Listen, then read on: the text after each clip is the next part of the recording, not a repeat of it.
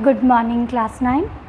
आशा है कि कल आपने मेरा जो पढ़ाया हुआ रैशनल नंबर्स, इर्रेशनल नंबर्स और रियल नंबर्स इनको अच्छे से देखा होगा, इसके नोट्स बनाए होंगे और याद करने की कोशिश की होगी। उसके बाद मैंने आपको कहा था कि एक्सरसाइज 1.1 एंड 1.2 तुम लोग ट्राई करना। मुझे कमेंट बॉक्स में कोई कमेंट नहीं मिला और क्लास 9 थोड़ी सी निराशा मुझे तब होती है जब आप लोग रिस्पॉन्ड नहीं करते, है ना। आपको रिस्पॉन्ड करना है कि मैम हमसे ये बन रहा है और ये नहीं बन रहा है, तो मुझे ऐसा लगता है कि आप एक्सरसाइज बनाने के लिए कोशिश नहीं करते हैं। तो ये कोशिश आपको करनी पड़ेगी बच्चे। मैं मानती हूँ कुछ चैप्टर्स जैसे ज्योमेट्री, ये रियल नंबर्स, ये थोड़ा सा मुश्किल है, आप लोग को थोड़ा समझने में इसमें प्रॉब्लम हो सकती है, थोड़ा टाइम टेकिंग है, लेकिन फिर भी बच्चे करना तो आपको पड़ेगा ही। इसलिए आपको मेहनत करनी है, थोड़ा सिटिंग देना है और कोशिश करनी है ना। और मैं बार बार आपको याद दिलाती हूँ, हम उस इतिहास के वारिस हैं जिसने हमें आर्यभट्ट दिया, भास्कर दिया, रामानुजन दिए, है ना। ये ऐसे मैथमेटिशियन हैं जिन्होंने विश्व के पटल पर हमारे भारत का नाम रोशन किया। हम उनकी संतान हैं, हम उनके वारिस हैं, हम इतने सुंदर इतिहास के वारिस हैं। तो क्यों नहीं हम भी जब इतिहास बने तो लोग हमको भी याद करें। इसके लिए हमको क्या करना है, जो मेरा काम है ना, जो जैसे मम्मी का काम क्या है, घर में बच्चों की देखभाल करना, अच्छे से आपको खाना खिलाना, सब चीज़, है ना। मम्मी अपनी ड्यूटी करती है, एक दिन भी ड्यूटी से नहीं चूकती है। पापा आपके लिए बाहर से कमा के लाते हैं, मेहनत करते हैं, है ना। इसी तरह आपका जो काम है कि डेली का काम डेली पढ़ाई में आपको करना है। जब आप वो नहीं करते हैं, पेरेंट्स को तो निराशा होगी ही, साथ में टीचर को भी अच्छा नहीं लगता है। सो बच्चे, आपको हमेशा ये जो काम दिया जाए इस बात को ध्यान रखें कि जो काम दिया जाता है उसको उसी समय आपको करना है। आज करे सो कल कर, कल करे सो परसों, है ना, वो वाली भावना लेकर हम लोग नहीं चलें। कल करे सो आज कर, आज करे सो अब, ठीक है। तो अभी हमको वो काम कर लेना चाहिए। तो आगे से आप ध्यान रखेंगे। ऐसे मैं 1.1 एक्सरसाइज अभी आपको बताने जा रही हूँ। आपको इससे काफ़ी हिंट मिलेगा। मैं जानती हूँ कि ये सवाल आपसे बहुत जल्दी बनेंगे नहीं, इसीलिए मैंने खुद इसको बना के आपको दिखाऊंगी, लेकिन आप प्रयास करें और प्रयासों से पीछे कभी ना आए, ठीक है। और मुझे पता है मेरे बच्चे अच्छे से बात सुनते हैं और करते हैं। और हमेशा याद रखिए कि हमको भी एक इतिहास रचना है, हमारी आने वाली जनरेशन हम पे गर्व कर सके, कुछ इस तरह का हमको करना है, ठीक है।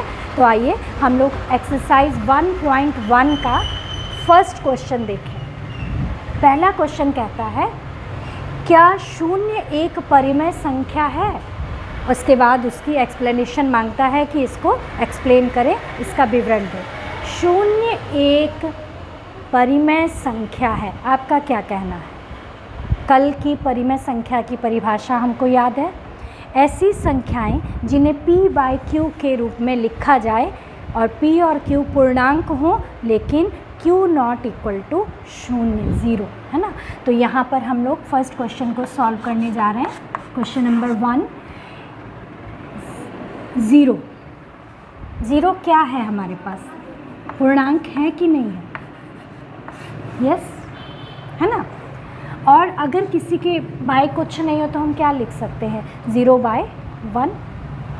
1 क्या है हमारे पास? ये भी पूर्णांक है। इसका मतलब 0 को हम p/q के रूप में लिख सकते हैं, ठीक है। और p एंड q दोनों पूर्णांक है और जो q है वो नॉट इक्वल टू 0 है। q तो 0 नहीं है, इसलिए 0 परिमेय संख्या की परिभाषा पर खरी उतरती है, अतः 0 एक परिमेय संख्या है। 0 एक परिमेय संख्या है।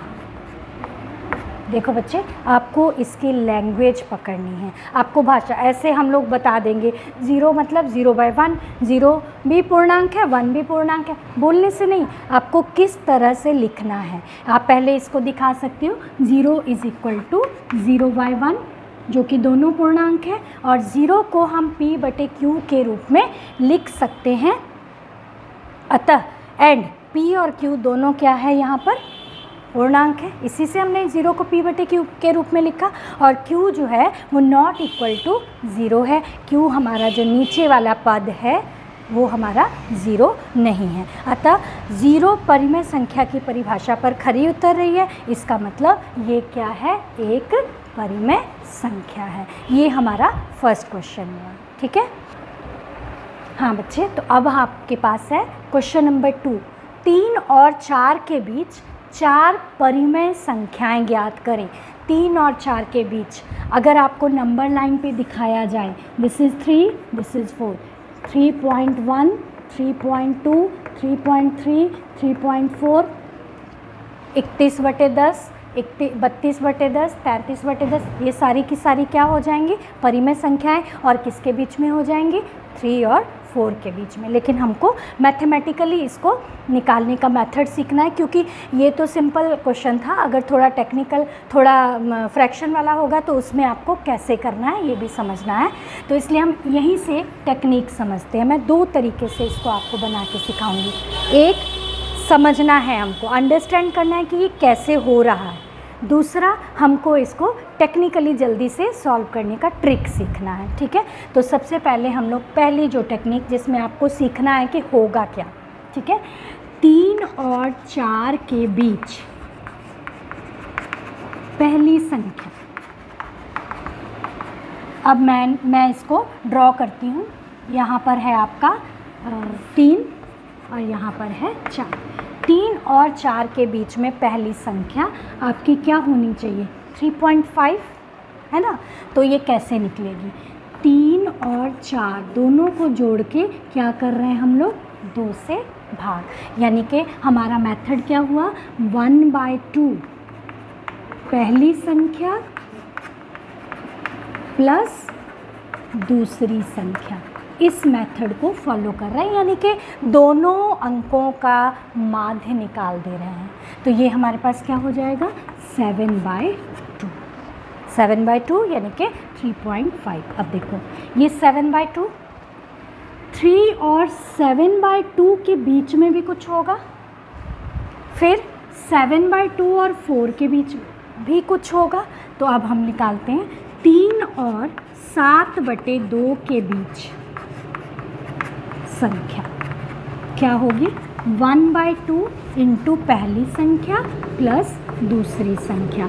सॉल्व करना पड़ेगा। 1/2 6, 13/2, ये हमारे पास आ जाएगा 13/4। दूसरी संख्या आ गई, 13/4 कहाँ आ गया, यहाँ बीच में। ठीक है। अब 7/2 और 4 में फिर से हम निकाल सकते हैं। फिर 13/4 और 3 में निकालेंगे तब यहाँ पर कुछ आएगा। 13/4 और 7/2 में निकालेंगे तो यहाँ कुछ आएगा।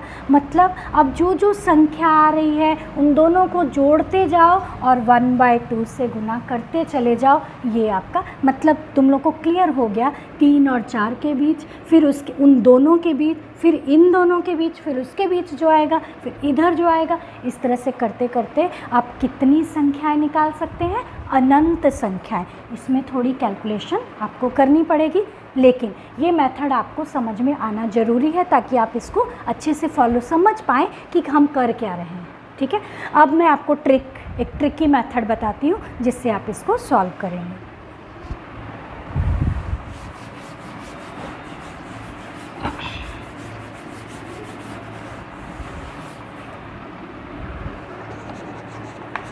हाँ, तो ट्रिकी मेथड क्या है बच्चे, आपको 3 और 4 के बीच में कितनी संख्याएं चाहिए, 4 संख्याएं। तो आप क्या करेंगे, 3 को 4 संख्याएं चाहिए, 4 से 1 बढ़ाकर, 4 में 1 प्लस करके, 2 भी कर सकते हैं लेकिन हम लोग जनरली 4 से अधिक लेना है। कहने का मतलब 4 गुना 5 बटे 5, मतलब हमने कुछ नहीं किया, इसका नेक्स्ट डिजिट लिया, उससे ऊपर नीचे गुना कर दिया, तो ये हमारे पास क्या आ गया, 3 = 15/5 आ गया। ठीक है, नेक्स्ट हमारे पास क्या है, 4 को भी 5/5 कर दें, काट मत देना, बहुत बच्चे इसको काट देते हैं, काटने के लिए नहीं हमने लगाया, हमने खुद से इसको अपने मन से लगाया है ताकि हम इसको गुना करके दिखा सकें। ये आ गया 20/5। अब 15/5 और 20/5, हमेशा कोशिश यही रहनी चाहिए कि आपका हर जो है वो सेम आना है। ठीक है, ऐसे क्वेश्चंस में भी आपको हर सेम लाना है। तो सेम हर जब आ गया तो 15 और 20 के बीच में, यानी 15/5 और 20/5 के बीच 4 परिमेय संख्याएं कौन सी होंगी। अब आपको बिल्कुल क्लियर है, 15 से शुरू कर, 15 तो छोड़ दो, 16/5, 17/5, 18/5 और 19/5। ये सारी की सारी परिमेय संख्याएं जो इन दोनों के बीच में आ गई। इसके बाद आप लिख सकते हो 3 और 4 के बीच में 4 परिमेय संख्याएं, यही 16/5, 17/5, 18/5 एंड 19/5, ये आपकी परिमेय संख्याएं आ जाएंगी। ठीक है, तो इस तरह से आप इस सवाल को भी बना सकते हो। ऐसे मैं इसको भी बना के बताऊंगी क्योंकि ये फ्रैक्शन वाला है, ताकि तुम लोग कंफ्यूज नहीं कर जाओ। तो ये तीनों सवाल आपकी फर्स्ट एक्सरसाइज के इम्पॉर्टेंट क्वेश्चंस हैं। ये मान के चलो कि इसमें से 2 मार्क्स का एक सवाल हर हाल में, स्पेशली ये इन दोनों में से 2 मार्क्स का एक क्वेश्चन आएगा ही आएगा। ये डेफिनेशंस वगैरह तो आपको ऑब्जेक्टिव में पूछेगा, मैंने कल ही आपको बताया, लेकिन इन दोनों में से एक क्वेश्चन 2 मार्क्स का, थोड़ा सा क्वेश्चन चेंज हो सकता है लेकिन आपको आना ही आना है। अब हम क्वेश्चन नंबर 3 को सॉल्व करेंगे। 3 जो है वो हमारा ट्रिक से ही बन जाएगा, उसको हम लोग इसी तरह बना लेते हैं। ऐसे तुम लोग उस मेथड से भी बना सकते हो, 1/2 करके भी, वो मेथड भी सही होगा। तो अब हम लोग क्या करेंगे, कितने 3/5 और 4/5, इसके बीच में कितनी संख्याएं निकालनी है, 5। तो 5 का मतलब हमको लेना कितना पड़ेगा, 5 में 1 ऐड करेंगे तो कितना आएगा, 6। ठीक है, 6 से ऊपर 6 से नीचे गुना करेंगे तो ये हमारे पास आएगा 3/5 = 3 × 6, 5 × 6, 18/30 आ गया। सिमिलरली 4/5 को भी हम करेंगे, 4 × 6 एंड 5 × 6, ये कितना आ गया, 24/30 आ गया। अब 18/30 एंड 24/30 के बीच में 5 रैशनल नंबर्स बहुत इजीली निकल जाएंगे। तो ये आएगा 18/30 एंड 24/30 के बीच 5 परिमेय संख्याएं कौन कौन सी होंगी, 19/30, 20/30, 21/30, 22/30, 23/30। एग्जैक्टली जब हम एक डिजिट आगे लेते हैं तो एग्जैक्टली आपके पास 1, 2, 3, 4, 5 संख्याएं आ जाएंगी। और यदि हम 7 भी ले लेंगे तब भी कोई दिक्कत नहीं है, तब हमारे पास संख्याओं की गिनती ज़्यादा हो जाएगी, लेकिन हमको 5 ही उसमें से लिखनी है। ठीक है, तो हम जो जितनी परिमेय संख्याएं निकालनी हैं उससे एक अधिक, उससे एक ज़्यादा, ज़रूरी नहीं है उससे अधिक भी ले सकते हैं, लेकिन हम लोग जनरली एक अधिक लेते हैं ताकि पूरी की पूरी संख्या हमारे पास एग्जैक्टली आ जाए। तो ये इस तरह से हम 2 परिमेय संख्याओं के अंदर परिमेय संख्याएं निकालते। ये हमने किया क्या है, ये भी परिमेय थी, ये भी परिमेय थी, प्राकृतिक भी है, ये होल नंबर भी है। तो इनके बीच में हमने क्या किया, 4 परिमेय संख्याएं निकाली। ये दोनों भी परिमेय हैं, परिमेय के बीच में हमने 5 परिमेय संख्याएं निकाली। तो इस तरह से ये हमारी परिमेय संख्याएं निकालने का मेथड यहाँ कंप्लीट होता है।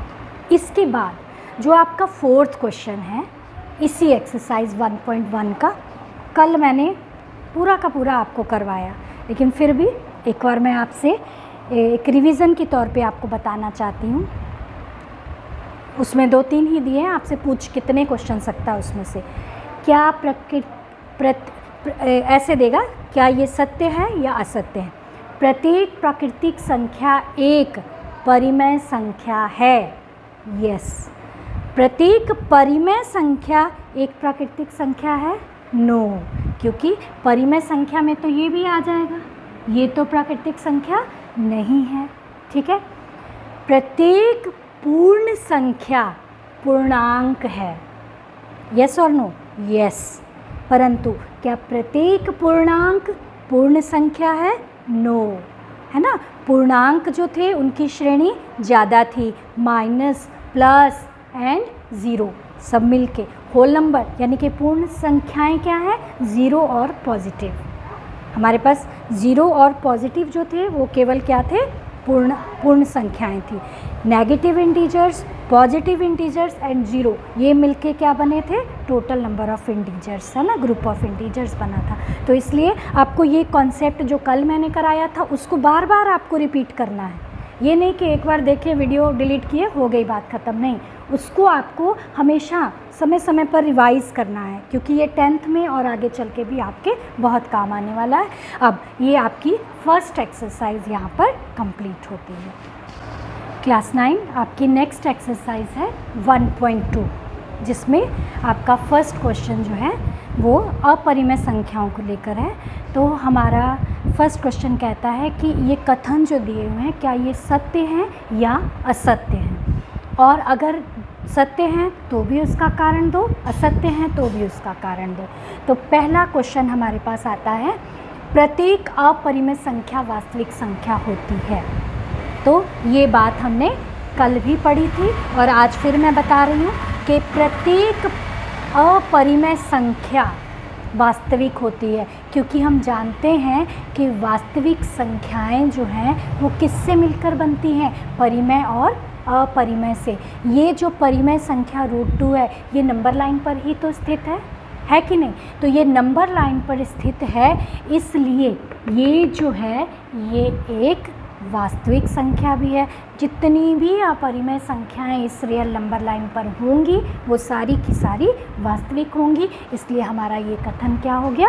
सही हो गया। कारण यही लिखेंगे कि प्रत्येक अपरिमेय संख्या और प्रत्येक परिमेय संख्या मिलकर ही वास्तविक संख्याएं बनाते हैं। तो यहाँ पर जब दोनों मिलकर बना रहे हैं इसका मतलब प्रत्येक अपरिमेय संख्या वास्तविक संख्या होगी। ठीक है। और आपका सेकंड क्वेश्चन है, संख्या रेखा का प्रत्येक बिंदु √m के रूप का होता है। यहाँ m एक प्राकृतिक संख्या है? बिल्कुल भी नहीं बच्चे, है ना। हर अंक संख्या रेखा पर तो अपरिमेय संख्याएं भी हैं, परिमेय भी हैं, शांत भी हैं, अशांत दशमलव, सब तरह की संख्याएं इसमें शामिल हैं। तो सबको हम रूट के रूप में नहीं लिख सकते हैं, तो ये इसलिए ये भी हमारा कथन असत्य हो गया। थर्ड क्वेश्चन है, प्रत्येक वास्तविक संख्या एक अपरिमेय संख्या होती है। जस्ट इसका कन्वर्स, इसका विलोम। अब बताओ तो क्या प्रत्येक वास्तविक संख्या अपरिमेय होगी? नहीं। क्यों? क्योंकि वास्तविक संख्या परिमेय और अपरिमेय संख्याओं का समूह होती है, और सिर्फ हम कह रहे हैं प्रत्येक वास्तविक संख्या एक अपरिमेय संख्या होगी। नहीं, ऐसा नहीं। प्रत्येक वास्तविक संख्या परिमेय, कोई परिमेय भी तो हो सकती है, ज़रूरी नहीं कि सब अपरिमेय होगी, है ना। इसलिए ये कथन हमारा गलत है। फिर से वही रीज़न देंगे, क्योंकि जो वास्तविक संख्या है वो परिमेय और अपरिमेय का समूह है, इसलिए प्रत्येक वास्तविक संख्या परिमेय भी हो सकती है या फिर अपरिमेय भी हो सकती है। ठीक है। और 1.2 का हमारा सेकंड क्वेश्चन है, पूछ रहा है क्या सभी धनात्मक पूर्णांकों के वर्गमूल अपरिमेय होते हैं? अब यहाँ पर ध्यान देना है, सभी धनात्मक पूर्णांकों के वर्गमूल अपरिमेय होते हैं? नहीं बच्चे, मैंने पहले भी बताया था, जैसे 1 एक धनात्मक पूर्णांक है, इसका वर्गमूल क्या हुआ? 1 हुआ। क्या ये अपरिमेय है? नहीं है ना, ये क्या है? परिमेय संख्या है। ठीक है, उसके बाद √2 क्या आ गया? अपरिमेय संख्या है। अनवसानी अनावर्ती दशमलव में बदल जाएगी।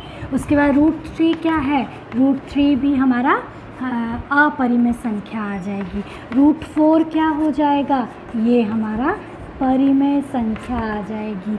इसी तरह √5 क्या होगा? ये अपरिमेय हो जाएगा। ये बात क्लियर है ना सबको?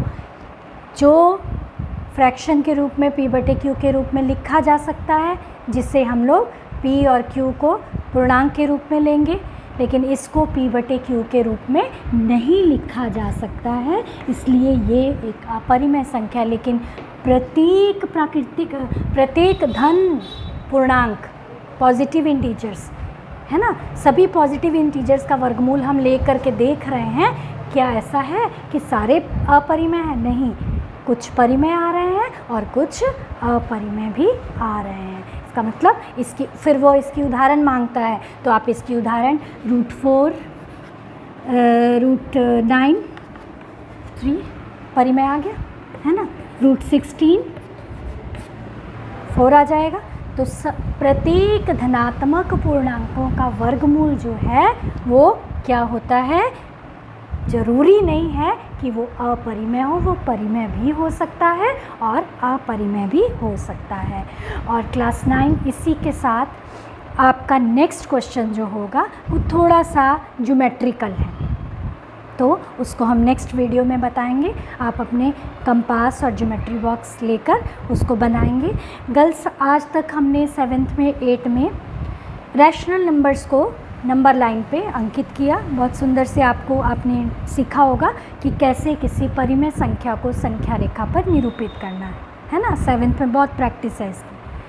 उसके बाद अब हमारी इसके 3rd क्वेश्चन में 1.2 के 3rd क्वेश्चन में कहेगा कि अपरिमेय संख्या को संख्या रेखा पर निरूपित करें। अपरिमेय संख्या जैसे √2 को, √3 को, √5 को, √7 को, ये सारी की सारी अपरिमेय संख्या, इनको हमने संख्या रेखा पर निरूपित करना है। तो कल केवल मैं आपको ये ज्योमेट्रिकली समझाऊंगी कि आपको अपरिमेय संख्या को कैसे संख्या रेखा पर निरूपित करना है। थोड़ा सा आपको टाइम लगेगा, थोड़ी नई चीज़ है आपके लिए, इसलिए आप पहले से ही अपने आप को तैयार रखना कि हमको इसको डीपली समझना है और समझकर बनाना है। और उससे रिलेटेड बहुत सारे क्वेश्चन मैं आपको दूंगी जो खुद आप बनाएंगे। एक बार जब इंटरेस्ट जग जाएगा तो धीरे धीरे फिर आपको मज़ा आने लगेगा उसको बनाने में। सो बच्चे, 1.1 हमारी कंप्लीट हुई, 1.2 ऑलमोस्ट कंप्लीट है, 1-2 सवाल बाकी हैं। तो आप इन एक्सरसाइज को अपनी फेयर कॉपी में बना लेंगे। और अभी भी अगर दिक्कत होगी इन सवालों में जो मैंने किए हैं, फिर आप अपने कमेंट सेक्शन में मुझे मैसेज कर सकते हैं। और नेक्स्ट वीडियो के लिए आपको अपने कंपास और ज्योमेट्री बॉक्स के साथ बैठना होगा, तभी आप उसको सीख सकोगे। मेरे साथ साथ बनाओगे तो आपको जल्दी समझ में आएगा। तब तक आप सभी इसकी प्रैक्टिस करें और घर पर रहें, स्वस्थ रहें और खुशहाल रहें। Thank you.